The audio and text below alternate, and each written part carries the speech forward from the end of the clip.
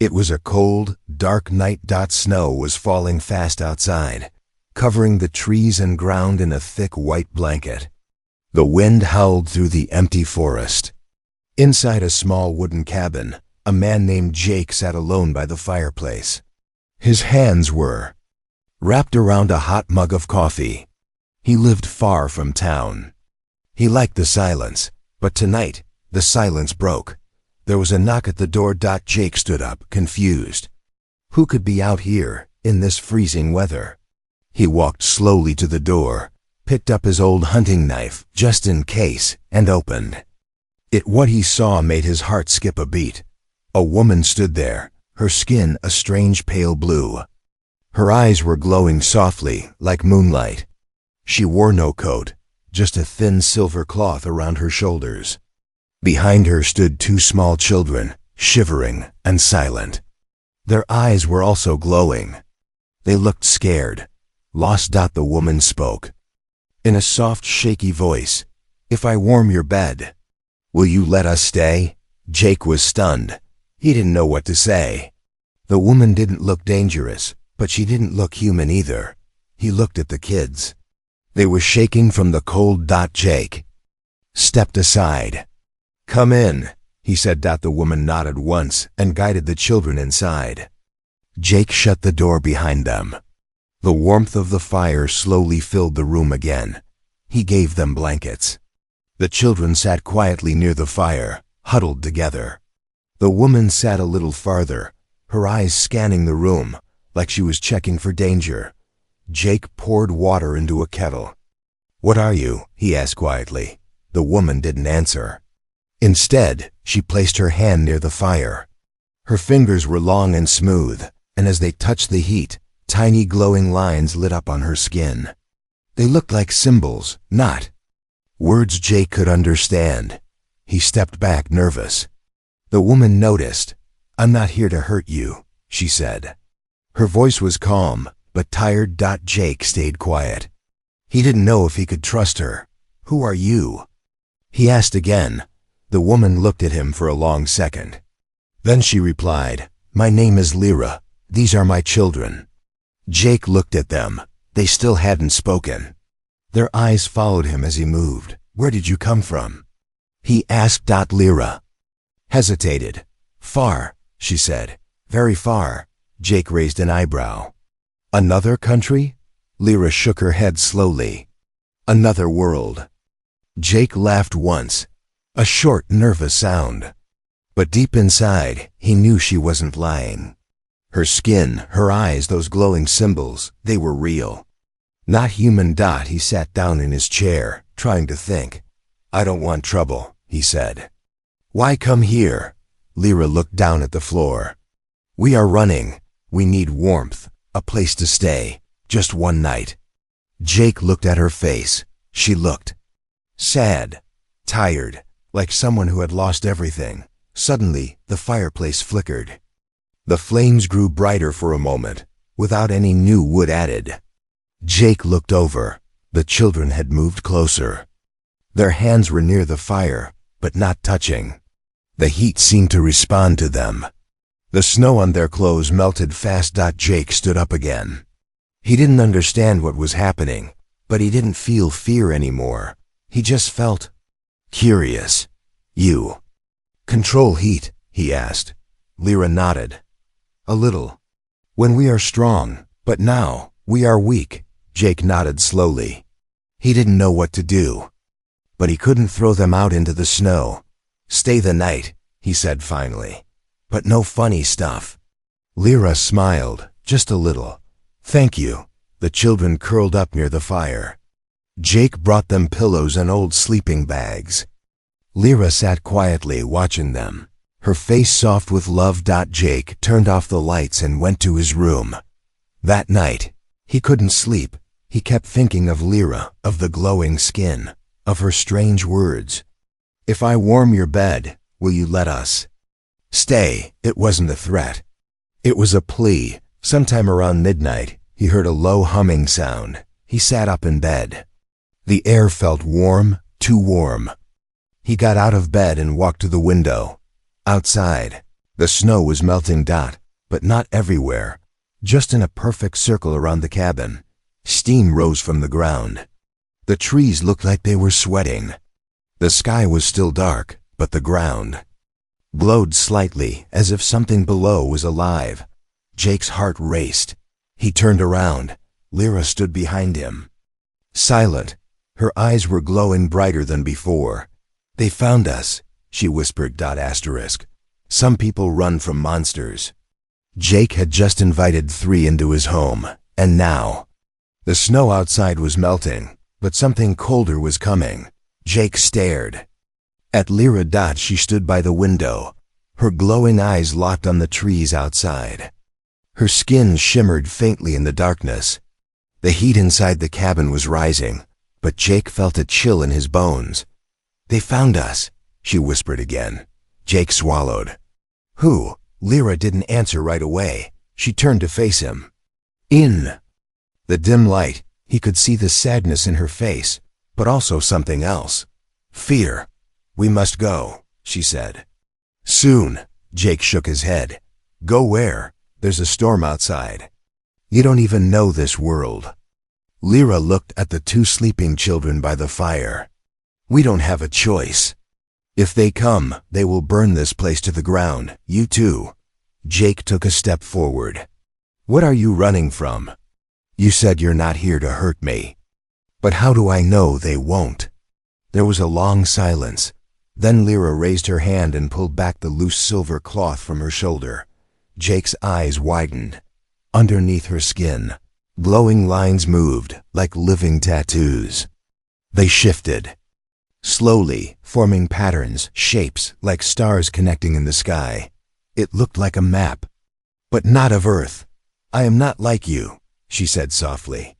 "My body carries energy, heat, life." Jake stared, speechless. Lyra continued, "We are called Varians. We come from a system far away, but we are few now. Our world was destroyed by a species that feeds on heat, the Nulls. They drain it from anything living. We ran, we crashed here." Jake finally spoke. "And the kids? They're Varians too?" She nodded. "They are my children, and they're still learning to control their energy. If the Nulls find us... She stopped. Her face grew pale. Jake looked out the window again. The trees were still. No wind, no sound. "Wait," he said, turning back. "What was that light last night?" The snow melted in a perfect circle. Lyra lowered her eyes. "It was me. I made a shield, a heat field, to protect the cabin." Jake sat down on the edge of his bed, trying to take it all in. Aliens, energy powers, heat-eating monsters. He felt like he had woken up inside a sci-fi movie. Lyra sat across from him. "I'm sorry I lied, but we had to know if you were kind. If you would help us." Jake looked at her. He didn't see a monster. He saw a mother, scared, tired, and desperate. "You said, if I warm your bed." "What did that mean?" Lyra smiled faintly. "It's an old phrase from our world. It means, if I share my warmth, will you share your shelter?" "I did not mean anything else," Jake chuckled. "Well, that clears it up." Just then, one of the children stirred by the fire. A low hum filled the air again, like a faint vibration in the walls. Jake looked around. "What is that sound?"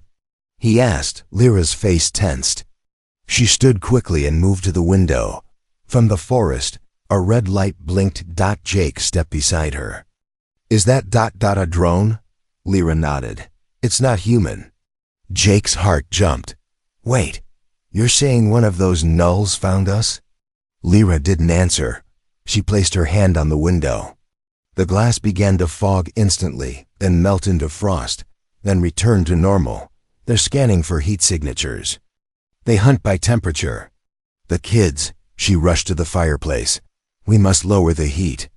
Jake helped her pull blankets over the children. He turned down the fire, his hands shaking. "They were so quiet," he whispered. "I thought they were just cold, but they're glowing." Lyra looked at him, serious now. "They trust you. You have a warm soul. That is rare. Jake stared at the children. They looked peaceful, despite everything. Why are they after you? He asked, what do they want? Lyra answered slowly.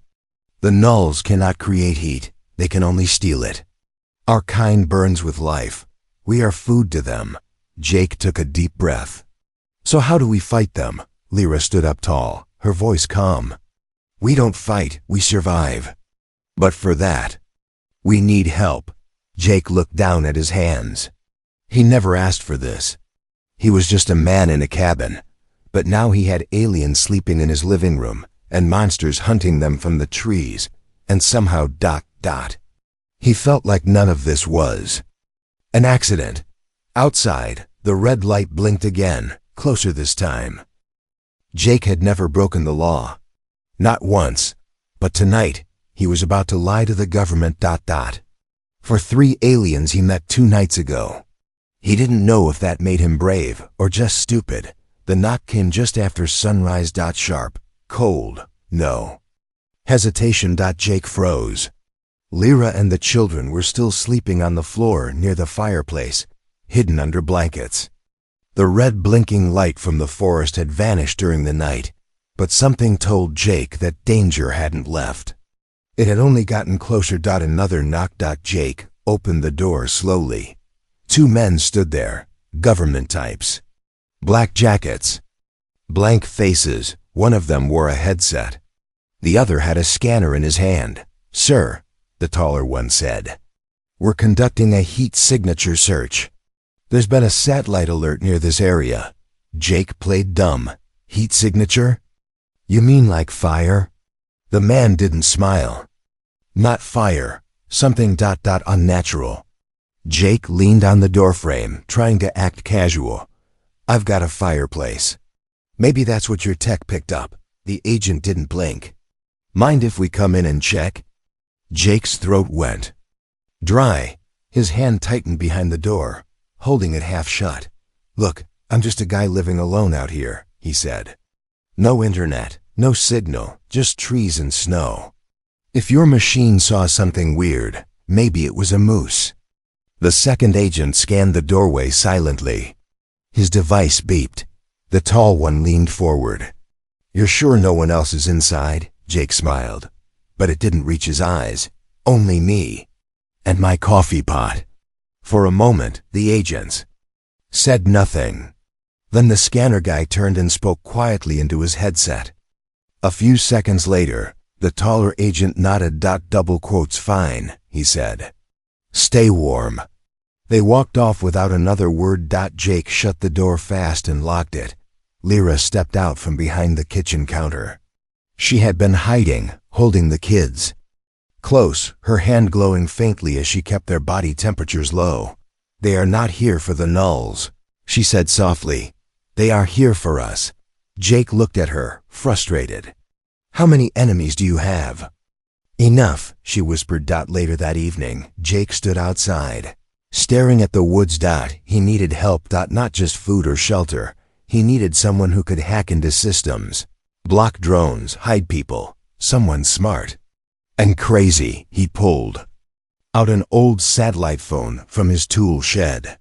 He hadn't used it in years, but he knew who to call. Her name was Zoe, a hacker, a survivalist, and once Jake's best friend. The next day, a small black van pulled up to the cabin. Zoe stepped out, wearing sunglasses and a trench coat, like she was in a spy movie. You look like hell, she said to Jake. Jake grinned. Good to see you too. Zoe entered the cabin and froze the moment she saw Lyra and the kids. Oh, she said slowly. You weren't joking. Lyra stood calmly, her silver blue skin catching the firelight. The children peeked from behind her. They're real, Jake said. And they're in danger, Zoe whistled. You always did attract weird stuff. Last time it was raccoons in your attic. This time, aliens in your living room. Jake ignored the joke. I need your help. We have to get them out. Somewhere safe. Somewhere off-grid. Zoe looked at Lyra, then back at Jake. You trust her? Jake nodded. With my life. Zoe's eyes narrowed. Then I guess I do too. They sat around the table, candles flickering. Outside, the forest was dark and silent. Lyra explained the plan. There's an old military site 200 miles north, she said. It has a communications tower. If I can reach it, I can send a signal home. My people will come. Zoe raised an eyebrow. And what if the government tracks that signal? Lyra looked down. Then we all die. Silence fell over the table. Jake finally spoke. What choice do we have? Zoe leaned back. I'll jam the satellites. Get us 2 days of silence. But after that, they'll come hard. Lyra nodded. That is all we need. Later that night, Jake stepped outside. Snowflakes drifted through the air like quiet ghosts. Lyra joined him, her face tired. Why are you helping us? She asked. Jake stared at the stars. Because once, I lost someone in a war one didn't understand. And I promised myself I'd never stand by again. Lyra looked at him. You are not like most humans. Jake smiled. I take that as a compliment. Behind them, Zoe was teaching the kids how to say cool and awesome. For the first time, Jake heard the children laugh. But the peace didn't last. At the edge of the woods, something moved. Something tall. Something with eyes like frozen glass. Jake's breath caught in his throat. They weren't alone anymore. Jake used to be human. At least he thought he was. But that night, when he touched the boy's hand, his blood felt like fire. And in the mirror, his eyes no longer looked like his own. Jake hadn't slept. His body was shaking. Not from fear, but from something growing inside him. A feeling he couldn't explain. The boy, Lyra's youngest Mira, had reached out last night and grabbed his hand. Just a simple touch. But Jake had felt something rush through him. Like warm lightning.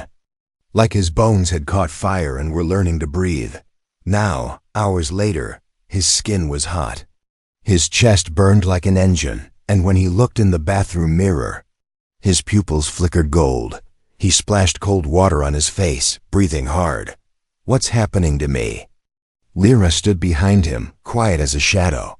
You're changing, she said softly. Jake turned sharply. You knew this would happen? She nodded once. Not this fast, but yes. Jake leaned against the sink. Why? Lyra stepped forward. Her voice calm. You've been near us too long. Shared our space, our energy. When Mira touched you, he passed part of himself. A gift, a mistake. Or maybe a sign. Jake laughed bitterly. A sign? My veins are glowing, Lyra. She reached out gently, placing her fingers on his wrist. Your body is adapting. Your mind will follow. You're not dying, Jake. You're becoming more. Jake pulled away. I never asked for this. No one ever does, she replied. Outside, Zoe was working on the van. She had installed heat blockers and rewired the engine for stealth.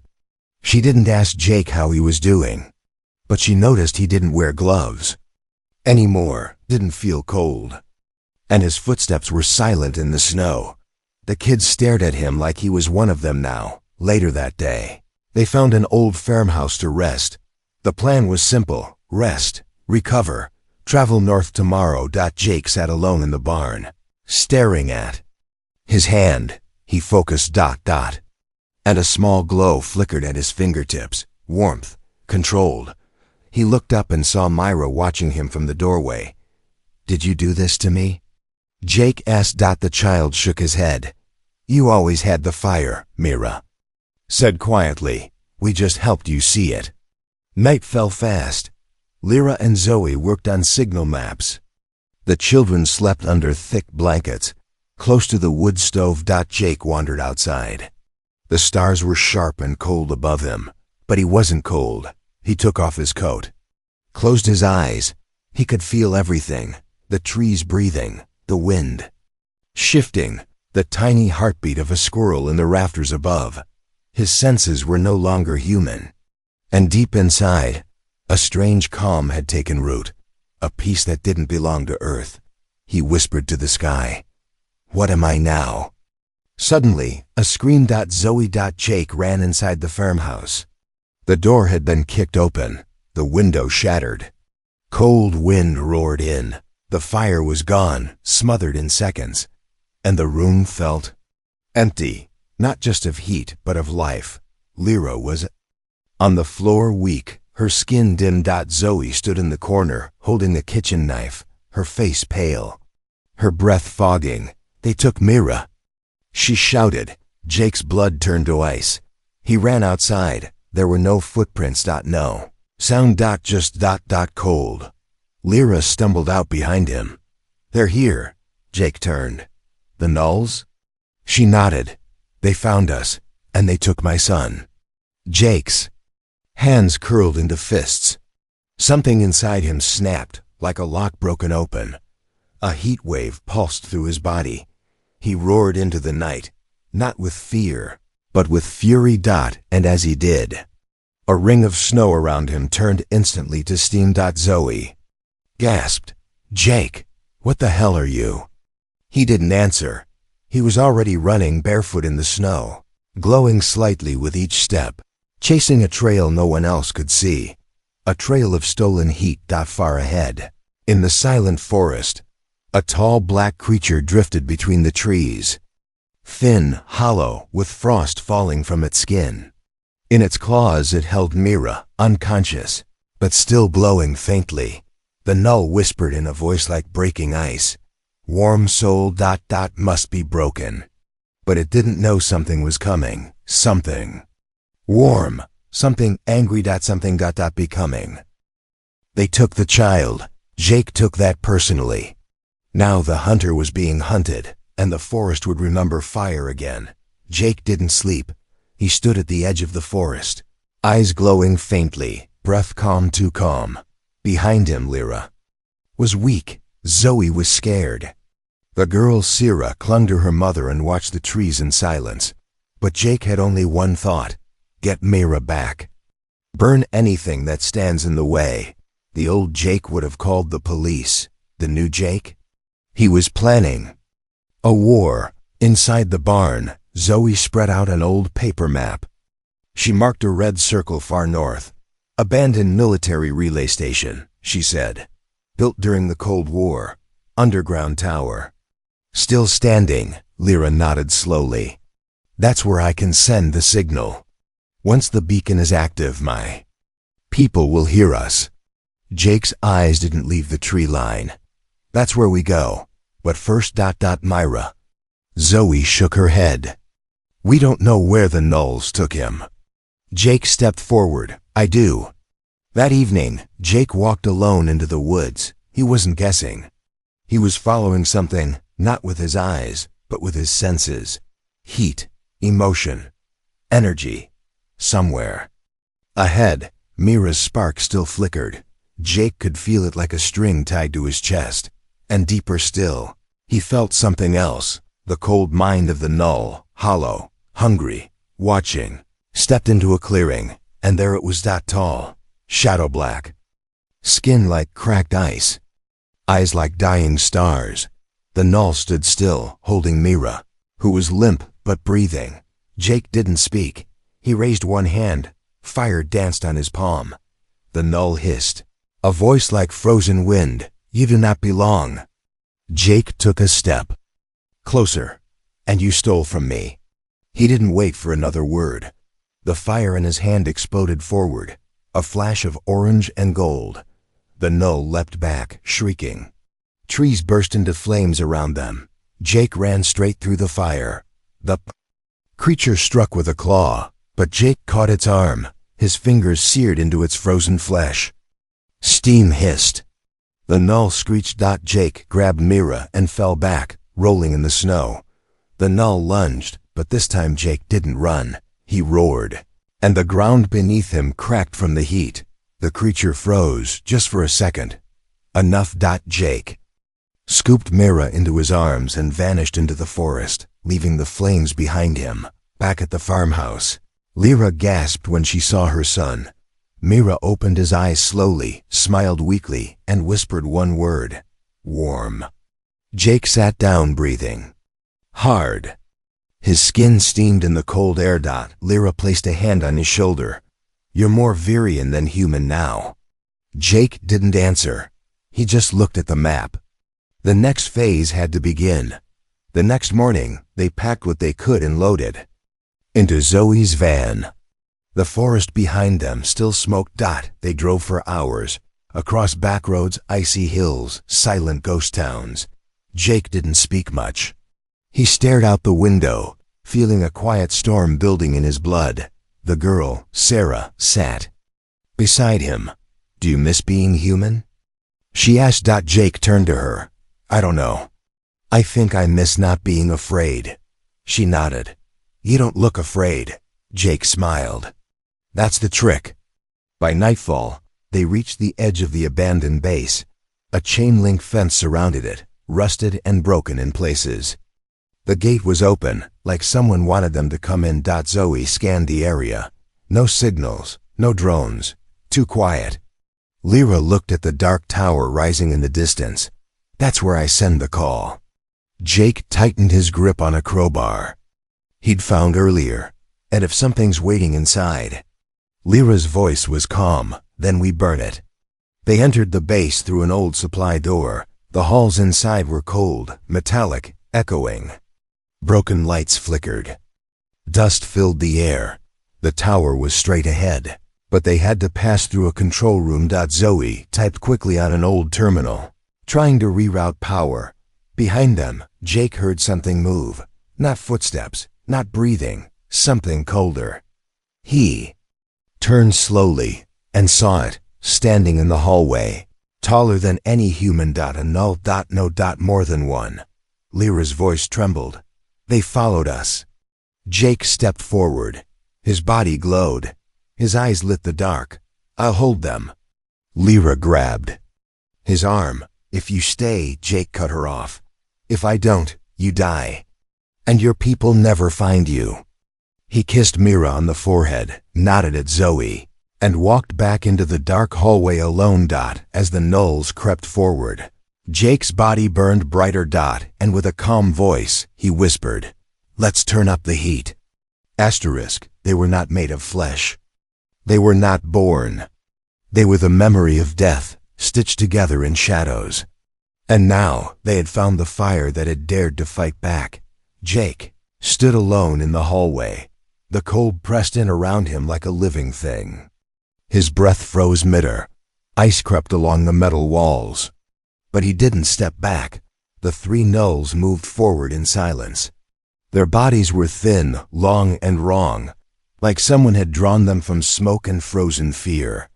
Their eyes glowed, like dim stars dying in deep space.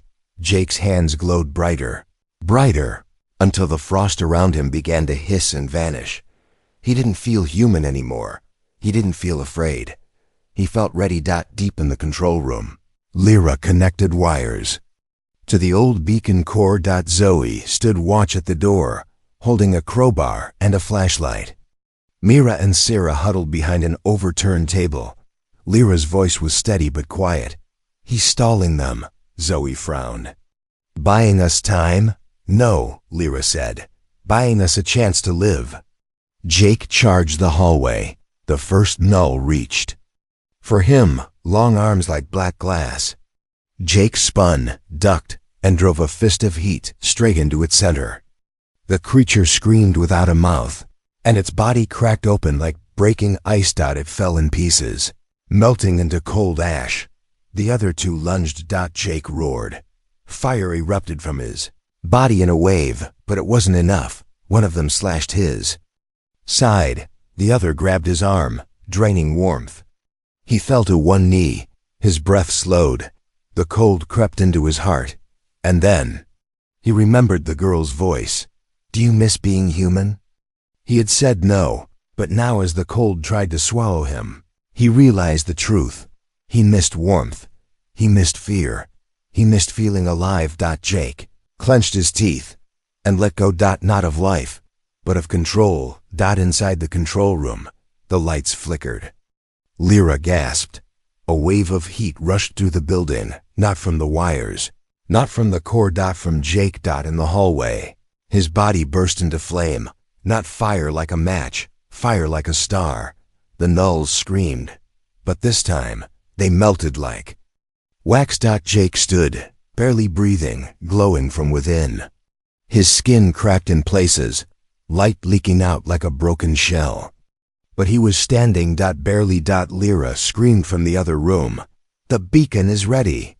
Zoe pulled the lever. A pulse of golden energy shot into the sky, through layers of rock and static and silence.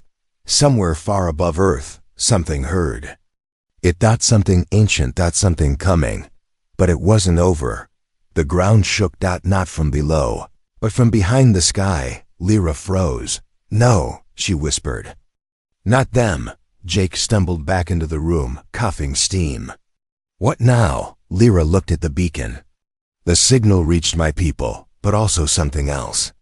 Zoe looked out the cracked window. In the night sky, a black shape began to appear, not flying, but falling. A ship, no lights, no flame, just a void swallowing stars as it descended. Mira stepped forward, holding Jake's hand. "Void hunters," he whispered. "The last ones, the old ones." Jake looked at Lyra. "You told me the nulls were monsters." "They are," she said, "but the void hunters created them." Jake's heart pounded. "So what are we up against now?" Lyra met his eyes, steady and grim. "Something that doesn't just eat heat. It eats hope." Outside, the ship landed without a sound. The trees around it froze instantly. Even the moonlight seemed to die. The hatch opened. And from the dark, something stepped out, tall, shapeless, wrapped in a cloak made of nothing, not shadow, not smoke, just absence. Zoe stared. "That's not an alien. That's wrong." Jake reached for Lyra. "What do we do now?" Lyra took his hand. And for the first time, her voice cracked. "We run. Hope is the last thing to die. But even hope needs fire to survive." And tonight, one broken man was the only match left burning in a world made of ice and silence. The void hunter stood outside the base. It didn't walk. It moved. Like a ripple. In space, like a crack sliding through reality. The trees turned black as it passed. The snow melted. And then froze again. Animals fled without making a sound. Even the wind forgot how to move. Inside the tower, Jake stood between it and the others. His chest still steamed from the fire he had released earlier. His body was shaking. His veins glowed faintly, gold, like dying embers. Zoe looked at him. "You can't fight that thing." Jake didn't answer, because deep down, he wasn't sure he could either. Lyra placed a hand on his shoulder. "There's still a way," she said. Jake turned to her. "I'm listening." Lyra looked at the children. "Our kind were never meant to fight alone. Our fire is strongest when shared. But it comes at a cost." Jake narrowed his eyes. "What cost?" She didn't answer. Instead, she took his hand and pressed it to her chest. At that moment, something ancient passed between them, a memory, a light, a bond. Jake felt everything. Her pain, her love for Asia, her children, her endless running, her desperate hope. And then, peace. Jake collapsed to his knees, gasping. Zoe caught him. "Jake?" But when he stood up, his eyes had changed. They weren't gold anymore. They were white. Blazing. Alive. Outside, the void hunter stretched a long arm toward the tower. Lyra screamed. A pressure wave hit the building. Walls cracked. Glass exploded. Mira and Sira cried out. The sky began to darken, not from clouds but from absence. The stars themselves were flickering. Jake walked out into the cold. No jacket. No fear, only fire. The hunter saw him. It didn't speak, but Jake could feel its voice inside his head. "You do not belong." Jake smiled. "Neither do you." The air shimmered. And then Jake ran. Straight toward the thing that had devoured 100 worlds. The first blast hit him mid-chest. But he didn't fall. He caught it, held it, and turned it into light. He threw it back, and it burned the hunters. Cloak, the monster hissed. Another blast. Jake ducked, rolled, slammed a fist into the frozen ground, and a ring of flame burst outward like a shockwave, for the first time. The Void Hunter stepped back. Inside, Lyra held the beacon steady. It's working, Zoe said. Your people, they're coming. Lyra nodded. But they won't make it in time. Zoe looked out the broken window. I think Jake knows that. Outside, Jake's body was barely holding together, but the fire had never been brighter. He stood now, face to face with the void. I'm not a soldier, he said. I'm not special. He reached into his chest, into the core. Lyra had awakened, and pulled the fire forward one last time. I'm just a man who said yes. He exploded. Not in blood. In light. The kind of light that breaks winter, that melts sorrow, that says, you're not alone anymore. The fire swallowed the hunter. It screamed, a sound that shattered every window in a mile. And then, silence. The children stepped outside first. There was no snow anymore. Just steam. Ash. And, in the middle of it all, a crater of glass. Jake was gone. A week later, Lyra stood under the stars. A ship hovered above the trees, smooth, quiet, glowing. With soft light, her people had come. Zoe helped Mira and Sarah aboard. Lyra didn't move yet. She knelt near the scorched crater. From the ashes, she picked up a small, smooth stone, glowing faintly gold.